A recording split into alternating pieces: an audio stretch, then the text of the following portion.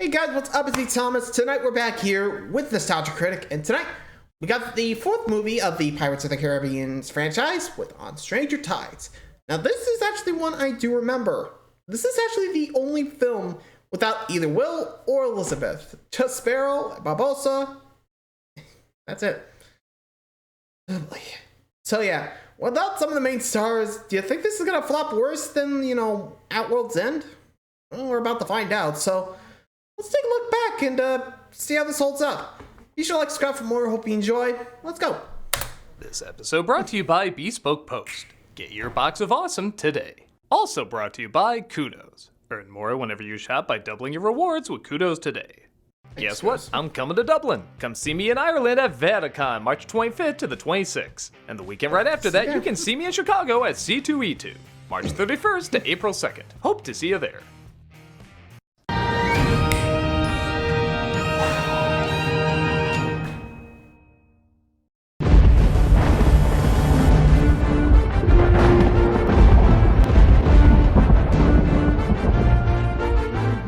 World's End did well, it still made less money than its predecessor, Dead Man's Chest. It did still make money though. So, 4 years later, despite the films being called a trilogy, meaning stopping at 3, Disney does what it does best, takes something that made money and squeeze even more money out of it. And brother, does it exist. Yeah, let's see. Here it is. Found Eve. Give it World's End credit, it may be the worst of the movies, but I do remember it. I was actually kind of astonished how little impact On Stranger Tides left on me. The funny thing is, this is the first film to get rid of characters that many consider dead weight, like Will and Elizabeth. Yet somehow attached even heavier dead weight with the people in this. Yeah, I really thought just focusing on Jack Sparrow finding treasure would make this more fun, but not only do they still add incredibly complicated story threads, but almost nothing about the film stands out. I guess it is shorter than the last one, clocking in at 2 hours and 15 minutes. Yikes, that's like a Pixar short compared to At World's End. But what difference does it make if you forget you even watched the movie? Well, we're gonna take a closer look and see where it all capsized. Are we? This is... I already forgot. On Stranger Tides, thank you. There you go. Yeah, it's bad when a movie about, like when At World's End is more memorable than your film. And, I mean, considering what they got here, Jack Sparrow, Barbossa, freaking Blackbeard is boring and forgettable. Oh boy, that's bad. Yeah, freaking Blackbeard's in this. Well, a character like Blackbeard, you get the idea. I mean, I guess with Davy Jones, it's kind of hard to follow up. Oh boy. Yeah, this one's gonna be a big hill to climb for the gang, so hope we take a look back and see the mostly forgettable On Stranger Tides. Let's check it out. Boy, they laid on the budget cuts after the last one. Look, the Black Pearl. No. Screw that, look at the mermaids! That ain't Mermaid. It says he found the ship originally searching for the Fountain of Youth and brought back Dad's Grail diary on it. The Fountain of Youth. That guy's a liar. Now, if you want the real Fountain of Youth, I know a guy who's been there. Cut to London, where apparently Jack Sparrow is captured and about to be executed. Hurry, Papa, or we're missing the hanging. It's not a hanging, dear. It's a trial. Hanging comes this afternoon. Trial by Twitter. Nah, I'm just kidding. They never give a trial. Fair. Once again, has a great intro as we think he's the one that's on trial when in fact it's Gibbs. Sparrow is not my name. My name is Joshua Gibbs. Is that so? This is Jack Sparrow here. When Santa Christ got drunk and dressed like Will Santa Christ. He gets Gibbs off the hook and says he needs him to find the Fountain of Youth with the map he has. I thought you were employed elsewhere or otherwise engaged. But I always listened like a thief for news of the Black Pearl. Also, Jack, nobody's buying your natural blonde. You look like Wolverine Papa Smurf. Touché. He's captured again, though. Yeah, he's April O'Neil. I'm convinced he's captured more than he roams free in these movies. And he's talked to by that guy the 90s always called, oh hey, that guy. He plays... George Augustus, Duke of Brunswick-Lundberg, Arch-Treasurer and Prince-Elector of the Holy Roman Empire, King of Great Britain and Ireland. That. Who's interested in finding the fountain as well, but it looks like so is another familiar face. Afternoon, sire.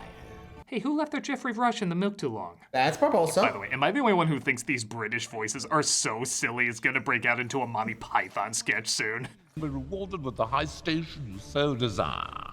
To serve doth suffice, sire. I understand everything. Now, offer him some spam! Jack, as usual, manages to get out. Okay, I'll give the film a point for swinging on a chandelier. I'm a sucker for that. And escapes into this strange cameo. Oh, hi. Sorry. Is that it? Asked everyone wondering, was that Judi Dench? Really? That was her? Hi, I'm here to be wasted twice. In more ways than one. I heard where you're headed. The fountain. Keith Richards returns as Jack's dad, and he tells him he'll need 2 chalices for the fountain. 2 chalices. 2 silver. From the Ponce de Leon ship. Odd. I'm sure this in no way ties into a dramatic payoff and/or emotional twist. This film's gonna be full of surprises. Once again, though, Keith does get one solid line. Have you been there? Does his face look like it's been to the fountain of youth? All right, that's not bad. Now get over here. Thank you. Looks like someone is impersonating Jack, saying he needs a crew to find the fountain. And it turns out it's... No, it's too stupid. Indeed it is. It's his girlfriend, Angelica, played by Penelope Cruz, dressing like Jack and somehow fooling all these people. Hello, Ow. you were the only pirate I thought I would pass for. Jesus, how could you believe Really? someone with eyeliner, long hair, and does everything with their palms up is a woman? You know what, maybe You're if they wrong. did that joke, I'd let it slide, but they didn't, so I'm not. This is stupid. I was ready to take my vows. What were you doing in a Spanish convent anyway? Mistook it for a brothel. Honest mistake. The word nunnery does cause confusion in Elizabethan slang.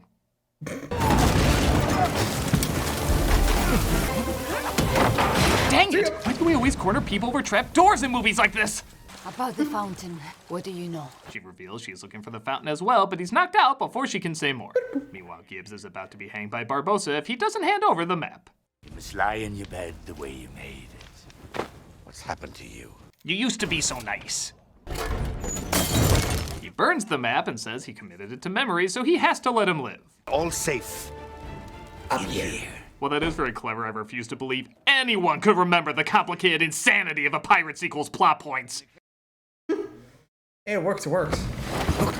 Throw a leg, sailor! Jack wakes up aboard Angelica's ship with a crew that's half zombie, half idiot. Pretty much how you'll feel after watching most of this. Zombie fight.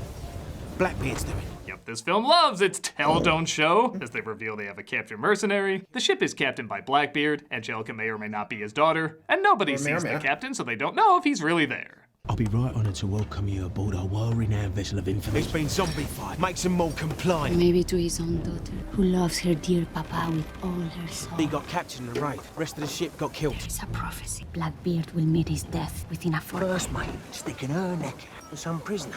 I just love an audiobook of the movie you're watching, don't you? Again, I could maybe get behind this if the humor was good, but while it's not god-awful, it's not funny either. The only ones who occasionally get a giggle is the dopey crew. I think they picked really good actors to make these lines a lot funnier than they are. You have been monstrously deceived. We are decepted then. Yes. But bizarrely enough, one of the oddest mistakes seems to be in the casting. As Jack convinces the crew to mutiny, The shit is out. Blackbeard isn't there, but then he reveals himself, played by Ian McShane. Now, Ian McShane seems born to play Blackbeard. The appearance, the voice, I mean, just look at him. This should be right. But strangely, he seems Not so miscast. Charged to show the worth of your prayers. Pray he be delivered from evil?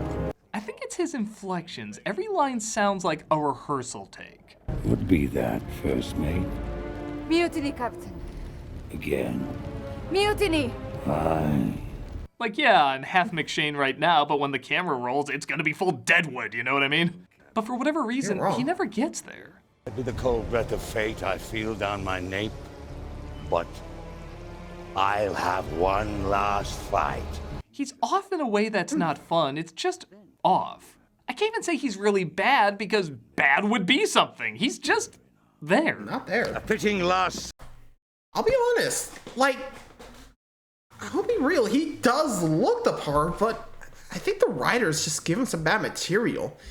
And he couldn't get behind it. He was like, you know what? Fuck it. This isn't going to be remembered. I'll just cruise on through. I mean, that's pretty much how I'm going to describe all of this. Sheesh.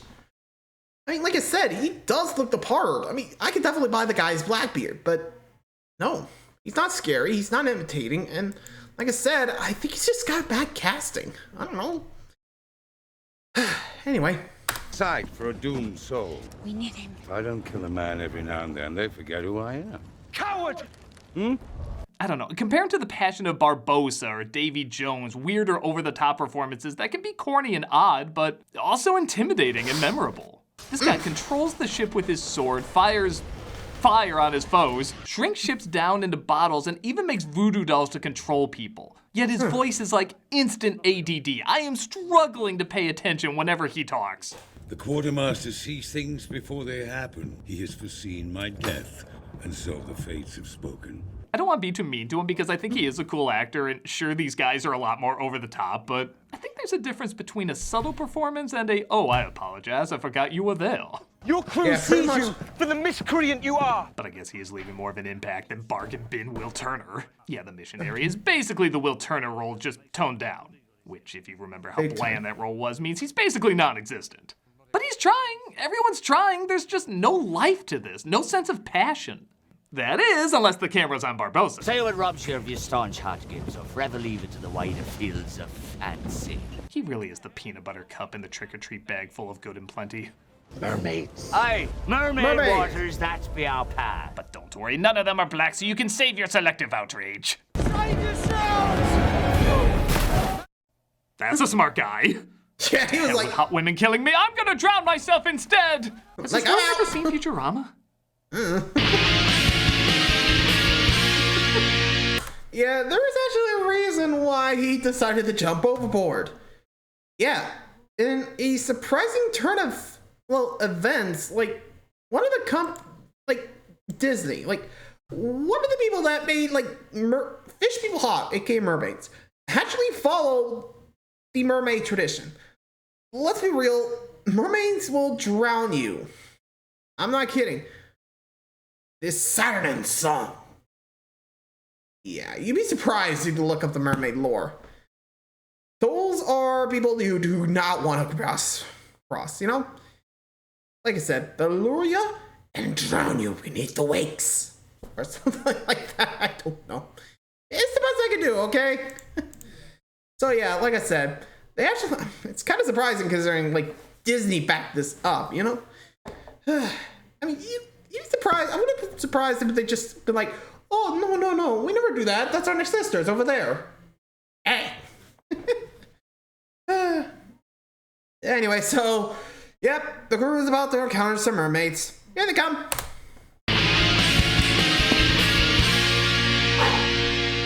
And Jim tries to negotiate with Angelica via dancing, which sounds fun, but is somehow even more boring than the regular exposition. Where we shall bathe one another in equal shares of fame. And I'll tell you the ritual of the fountain. Maybe because the dancing is more waddling in place? Yeah, also, nobody seems to act on their emotions towards each other. Like, I don't believe for a second these two are in love. They just say they are. Do you recall Saint Dominic? I tried to kill you in Saint Dominique. Either or. Angelica says she legit wants a connection with her father, but you don't feel that between these two. You barely even see them together. I want a father, Jack. I haven't had one. Everything is described, not felt. It's like the difference between watching a porno and hearing an instructional guide on sex. Speaking of which. I heard it said a kiss from a mermaid protects a sailor from drowning. Don't be a fool. Mermaids are all female, son. They're kinda like reverse Smurfs in that way. Like I said, you're wrong. Lord save me. So the mermaids are one of the few things I legit remember from this. I feel like killer versions of this creature have been done before, but they weren't really popular then, and you definitely didn't see them from Disney, so they are pretty cool. True. Also, I kind of love how they jump like flying fish from Super Mario Brothers. The missionary finds only one with big puppy dog eyes and stabs her. In the tail. For God. And they bring her with because they need a mermaid tear for the fountain to work. Meanwhile, they let Jack lead the way, even though he's not entirely sure of his starting point. Was that really necessary? Lest you not know the exact whereabouts of my ship, I'd be a cautious man. Doesn't look like you took him that far. Yeah. A kid spun and hitting a pinata would be more lost. She cannot breathe. He has water. She needs air. The missionary starts to form a bond with the mermaid, as he's one of the few showing her mercy when she has trouble breathing. Ah, doorstop. I hear Fox News uses their Bibles for that too. 8. There's a confusing scene, yeah, imagine in these movies, where someone needs to jump off a cliff while everyone else goes another way. Angelica offers, but Blackbeard stops her. Again, nothing is shot like there's supposed to be any emotion behind it. I'll go. How much farther to the fountain? Why was that even in the movie? But don't worry over explaining what should be really simple. That we got covered. For example, Blackbeard could tell Jack jump or I'll shoot her. But instead, you see if you follow this. Get me 6 more pistols, remove the shot from all but 2, but do not tell me which. You get to choose, Mr. Sparrow. What? Can these movies do anything simple? If somebody wanted to wear a hat, they'd be like, oh, take the hat, turn it upside down, cut 5 holes in it, shit in it for 3 hours, and never recite a voodoo curse. That's part 1. What? Jack does eventually jump and says he's going after the ship that has 2 chalices. Meanwhile, our gender swap of Shape of Water continues as the missionary helps the mermaid after her case breaks. Oh, look, she turns human when she's on land. Hold my beer. Bro. And yeah, you know you've been doing these movies too long when you start reciting plot exposition on your own. Santiago, famously captained by Ponce de Leon. Oh, there's no one there. Okay. Hi. He makes it to the... Yeah, that would be like oh. Yeah, this is a first. Like, he was so used to having, like, people follow him, or at least, you know, following along with him, or going people. He was like, he, like, defaulted to, like, okay, here's what we gotta do. Oh. Right, on my own. Whoopsie.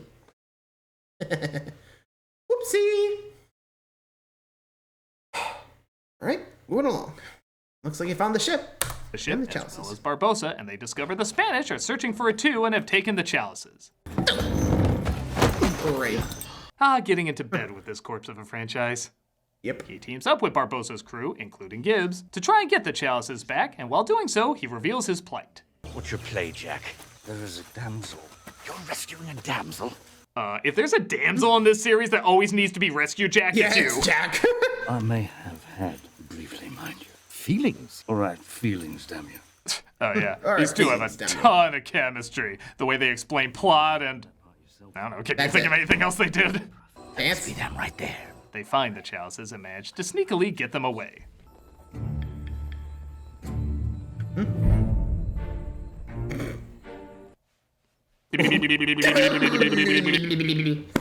Moron. They get captured though, but fear not, Barbossa's leg has another use. That's it? It's official, he is the best character in all the movies. He also reveals that it was Blackbeard who took the pearl and shrunk it down into a bottle, and he wants to get revenge by killing it. That give me left arm for chance of Blackbeard.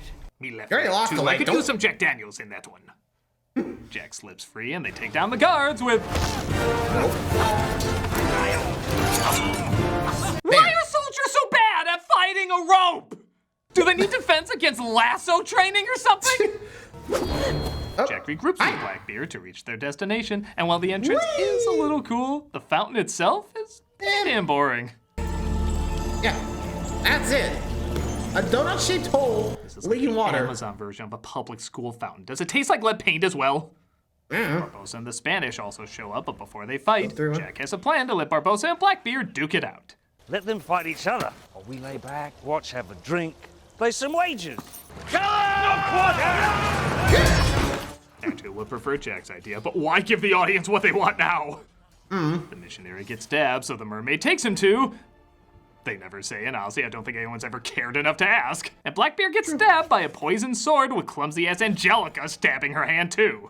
Alright, they explain this so simply. One chalice gives you life, the other takes it away. The one with the mermaid's tear gives you life, but if you don't drink it at the same time, you turn into a pumpkin and the monkey becomes gremlins and... Oh, screw it. You know it's so Jack can trick Blackbeard into betraying his daughter and picking the wrong one. My god, that floats so naturally. Yikes. He chose poorly. So what does he do with the woman he said he had feelings for like no other? Abandoned on an Pistol, island. one shot. Love. Barbossa takes Blackbeard ship. Jack gives honestly an okay speech about why he didn't drink from the fountain. Better to not know which moment may be your last. Every morsel of your entire being alive to the infinite mystery of it all. Yeah, also just doing this movie's math on how to drink from it would probably kill you anyway. And we end on the most underwhelming note any of these movies have ever ended on. It's a pirate's life for me. Savvy. Oh, are we done? Ow. That ended more Well, like that a was Seth fast. Rogen comedy than a Pirates film. Whatever. We didn't film it like it was the last one, so it won't be the last one. Oh, but don't get too comfortable, Jack, because that voodoo doll that barely did anything in this makes an appearance in the end credits. Oh, what crazy possibilities are in store for... We never see it again. Why do you keep pretending these are planned out? Do they ever? And that was Pirates of the Caribbean. Stranger Line. Tides. On Stranger Tides. There you go. Honestly, I think it could have been a lot stranger. I guess I can't say it's an awful movie because, in many respects, it doesn't try hard enough to be awful. I didn't like it World's End, but for all its faults, it did take risks. There was passion behind it. This one just leaves you with so little. Yeah, I think it just especially in bad the memorable execution. moments department. Nobody has any drive that comes across, with the exception of Rush, who's always entertaining as hell. True. It just feels like a pirate sequel that exists just to be another pirate sequel. I wasn't face-palming in pain watching it or anything, but is it better to get through a memorable disaster or stare blankly at nothing? I guess you can make the call on that, as Pirates Month is almost complete people, with one or more people film. who like to watch paint dry, I Got me, guess. hearties. It's a pirate's life for Well, at least one more go. Savvy. I'm a nostalgia critic guy, remember? So you don't have to. You're on a more next tomorrow. Be rewarded with the high station you so desire.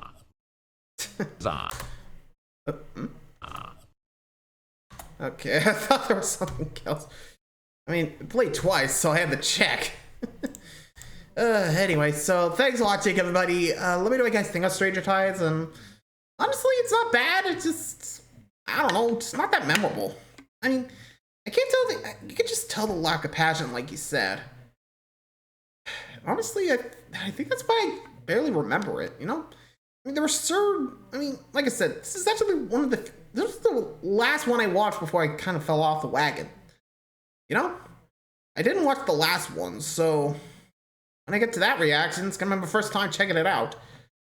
So, no idea what's Dead Man Tell No Tales gonna offer, but hopefully it will be a better enough than this one. Until then, thanks for watching, everybody. Good night.